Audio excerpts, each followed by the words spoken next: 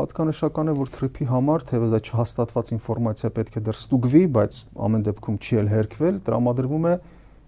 500 մետր տարածք, ոսկե երկարության, ոչ թե երկարության, այն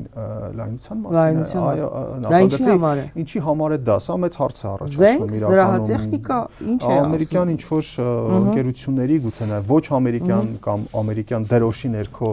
գտնվող ինչ որ այլ երրորդ երկրների ընկերությունների կամ գործակալությունների կամ գուցե հատուկ ծառայությունների ներկայություն։ Ես չգիտեմ, այստեղ մենք կարող ենք երկար գուշակություններ անել, բայց եթե իսկապես այդ փաստը հաստատվում է, ապա սա իհարկե հարցերի բավականին լուրջ շարան է առաջացնում։ Ինչով է պայմանավորված այդ հսկայական տարածքի տրամադրումը թրիփի համար, որը ընդհանրապես պետք է ենթադրի, այո, մուլտիմոդալ ավտոմոբիլային եւ երկաթուղային Դե հիմա եթե Նախիջևանից Հայաստան մտնողներ են ճանապարհը մի քանի անգամ լայնացրել, դե հիմա եկեք համադրենք։ Պատկերը ամբողջանում է։ Այո, ինչի։ Եվ սրան զուգահեռ մենք տեսնում ենք զարգացող խոսակցություններ արդեն պաշտոնական մակարդակում արվող Հայաստանի երկաթուղային համակարգի կառավարման մոդելի փոփոխության մասին։ Գիտենք, որ 2008 թվականից կառավարվում է ռուսական ընկերության կողմից, այսօր արդեն, ինչպես տեսնում ենք, խոսք է գնում ղազախական երկաթուղային ընկերության հետ, իրենց օպերատորի հետ, ոչ միայն համագործակցություն հաստատելու, այլ նաև նրանց ներկայությունը մեր երկաթուղային համակարգի կառավարման համակարգում ապահովելու մասին։ Այստեղ ուղղակի հեռուստադիտողին մի հիշեցում անեմ, օրերս Նիկոլ Փաշինյանը ճեպազրույցի ժամանակ պատասխանել էր լրագրողների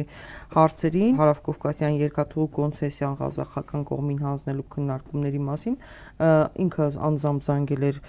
Վլադիմիր Պուտինին, իհարկե պաշտոնական հաղորդագրության մեջ իրենք չէին տվել, որ Փաշինյանի նախաձեռնությամբ է դա եղել, ինչևէ հարցին Փաշինյան-Պուտին հեռախոսազրույցի ժամանակ արդյոք բարձրաձայնվել է Հարավկովկասյան երկաթուղու կոնցեսիան շտաբ երրորդ կողմի փոխանցելու հարցը, քանի որ այն ղազախական ընկերության փոխանցելու վերաբերյալ քննարկումներ կան,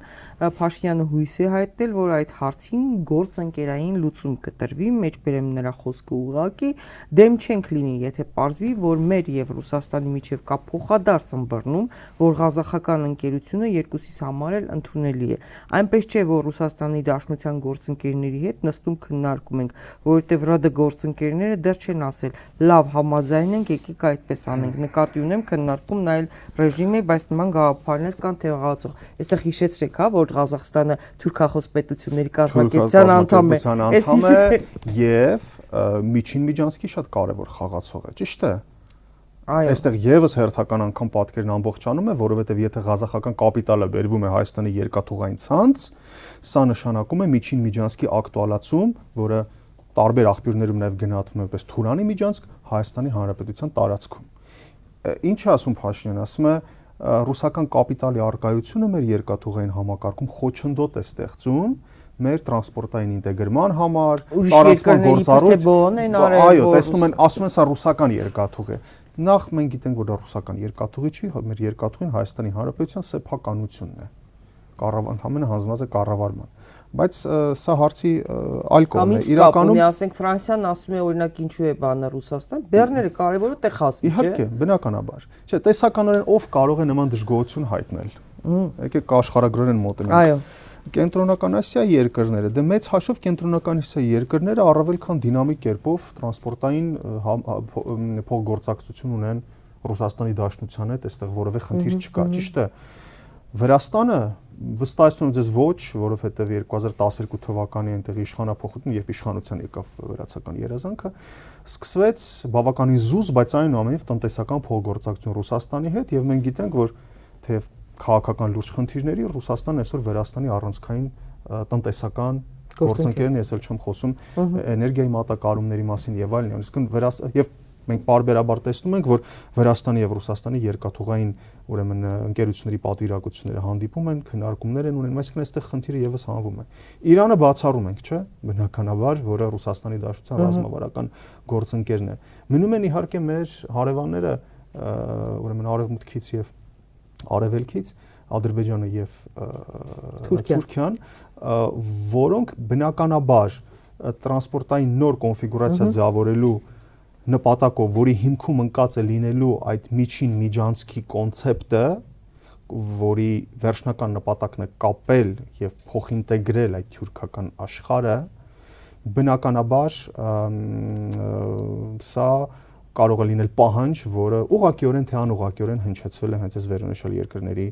քաղաքական ղեկավարության կողմից։ Այսինքն տրամաբանորեն այստեղ այլ երկիր դժվար է պատկերացնել, որի համար ռուսական գործոնի առկայությունը այստեղ խնդիր է։ Հա, բայց այդտեղ հիշեք է, որ երբ տվեց Ղազախստանը Իրան այդ պարգևի արժանացրեց, չէ՞։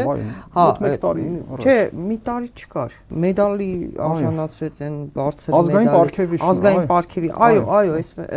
ամիսներ առաջ։ Հա, սա էլ կարևոր է եւ թուրքական պետությունների նպատակները, ծրագրերը, որ նույնիսկ ընդհանուր ուզում են միասին ստեղծեն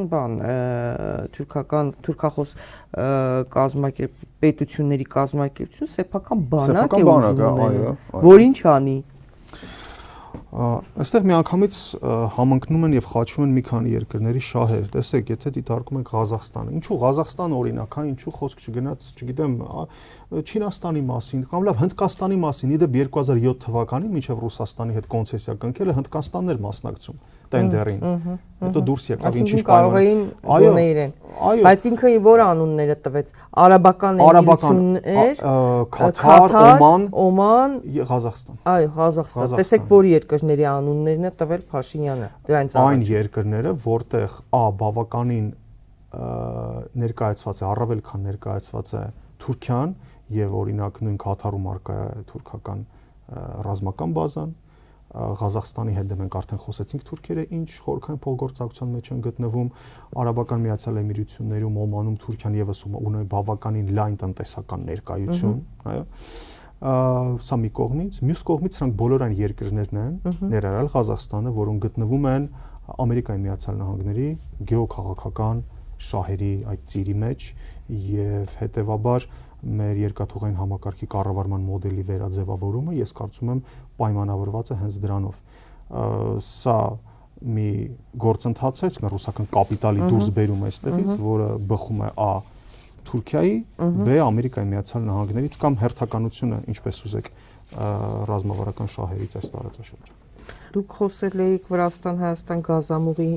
5.5 կիլոմետրանոց հատվածի տեղափոխման մասին, որը ներկայացվել էր որպես տեխնիկական հարց։ Սրա ինչ ռիսկեր եք տեսնում, հա, այդ չգիտենք վերջնական պատասխանավորն է, ինչու են նման, ինչու կա նման մտադրություն, հա։ Դեռևս մենք ունենք, տեսնեք, դեռևս մենք ունենք վրացական կողմի հայտարարությունը այն մասին, որ 90-ականներից ի վեր այդ հայ վրաց-ադրբեջանական տարածքը, այդ հանգույցը փոքր ականապատված է եւ հետեւաբար շատ դժվար է այնտեղ տեխնիկական աշխատանքներ իրականացնել, խոչընդոտներ կան եւ այլն, հետեւաբար պետք է փոխել գազամուղի լոգիստիկան։ Սա պաշտոնական վարկածն է։ Հայկական կողմը ցավոք սրտի դերևս որևէ հայտարարություն չի արել, պաշտոնական բան չկա, շատ դժվար է ասել, բայց եթե մենք այս հարցը դիտարկում ենք արդեն մեկնարկած ուրեմն սահմանազատման եւ սահմանագծման աշխատանքների շրջանակներում, ապա մայրուղային գազամուղը, որը Կարմիր կամուրջ, Ալիև Փաշինյան սահմանագծման մասին է խոսքը, այո, ոչ հայ-վրացական սահմանի, այսինքն խոսքը գնում է Կարմիր կամուրջ, Սև Քար, Բերդ մայրուղային գազամուղի մասին, որը մեր համար ունի առանցքային նշանակություն, մեր գազատրանսպորտային համակարգի ողնաշարն է ինչ-որ իմաստով, որով մենք տարեկան Ռուսաստանից Վրաստանի տարածքով ներկրում ենք մինչև 2.3 միլիարդ խորանարդ մետր բնական գազ։ Այդ գազամուղը իր լոգիստիկայով անցնում է այն տարածքներով, որոնք կարող են ենթարկվել որոշակի տարածքային փոխակերպումների, այսպես եկեք արտահայտվենք, հա, այսինքն այդ անկլավների խնդիրը, որը կարող է ուղիղ ազդեցություն ունենալ մեր գազատրանսպորտային կապի Վրաստանի հետ։ Եթե խոսքը գնում է հենց այս հատվածի, այն մայրուղային գազամուղի այն հատվածների մասին, որոնք անցնում են ոսկեպարի կողքով եւ այլն, ապա բնականաբար սա էներգետիկ անվտանգության ռիսկ է։ Բայց սպասենք ամեն դեպքում պաշտոնական հայտարարությանը եւ տեսնենք, թե իրականում ինչ կոնֆիգուրացիայի մասին է խոսքը գնում, որովհետեւ դեռևս process-ը մեկնարկած է հանրային դաշտում միակողմանի ձևաչափով Վրաստանի հայտարարության վրա ենք մենք հիմնվում, իսկ ինչ են ասում վրացիները ամեն դեպքում։ Ասում են, որ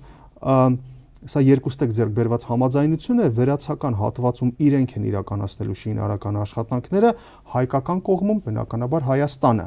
Սա խոսում է այն մասին, որ ամեն դեպքում Հայաստանի տարածքում եւս որոշակի ռեկոնֆիգուրացիա լինելու է լոգիստիկայի, երթուղու փոփոխման։ Բայց թե որ ուղղությամբ է դա գնալու եւ ինչ աշխարհագրություն է ունենալու, այս պահի դրությամբ դեռևս վաղ է դրա մասին խոսել։ Հիփոթետիկ մակարդակում եթե դիտարկենք հարցը, իհարկե եթե ուրեմն վերոնշյալ կարմիր կամուրջ, սևքարբերդ, մարուղային գազամուղը ենթարկվում է նման փոխակերպումների, ապա սա իր հերթին ենթադրում է, որ ձևավորվում է ինչ այլ իմաստով մի մեթոդ, որը կարող է Ադրբեջանը հետագայում կիրառել Հայաստանի նկատմամբ, օրինակ նույն Սյունիքում։ Ճիշտ է, որտեղ մենք եւս ունենք բավականին լուրջ կրիտիկական ենթակառուցվածքներ Իրանին կապող եւ Իրան-Հայաստան գազամուղ եւ Իրան-Հայաստան բարձրավոլտ օդային գիծ եւ այսօր երրորդ օդային գիծն է կառուցվում եւ այլն։ Այսինքն սա նշանակում է, որ եթե այս սահմանագծման եւ սահմանազատման ծրագրերի կամ գործունեության շրջանակներում կիրառվի վերոնշյալ մեթոդը, որը կիրառվում է փաստացի այսօր մեր հյուսիսարևելյան սահմաններին, ապա Հայաստանը, ինչպես քիչ առաջ մենք նշեցինք, այո, կարող է ենթակառուցվածքային առումով հայտնվել անկլավային պայմաններում, եթե Ադրբեջանը շարունակի այն ագրեսիվ, միլիտարիստական եւ Հայաստանի կենսական տարածության զսպման ուղղված քաղաքականությունը։ Կրկնում եմ, սա վատ նախադեպ է շատ։ Եթե այս գազամուղի երթուղու փոփոխությունը կապված է ոչ թե զուտ տեխնիկական, այլ այդ դեմարկացիոն դեմիլիտացիոն գործընթացների հետ։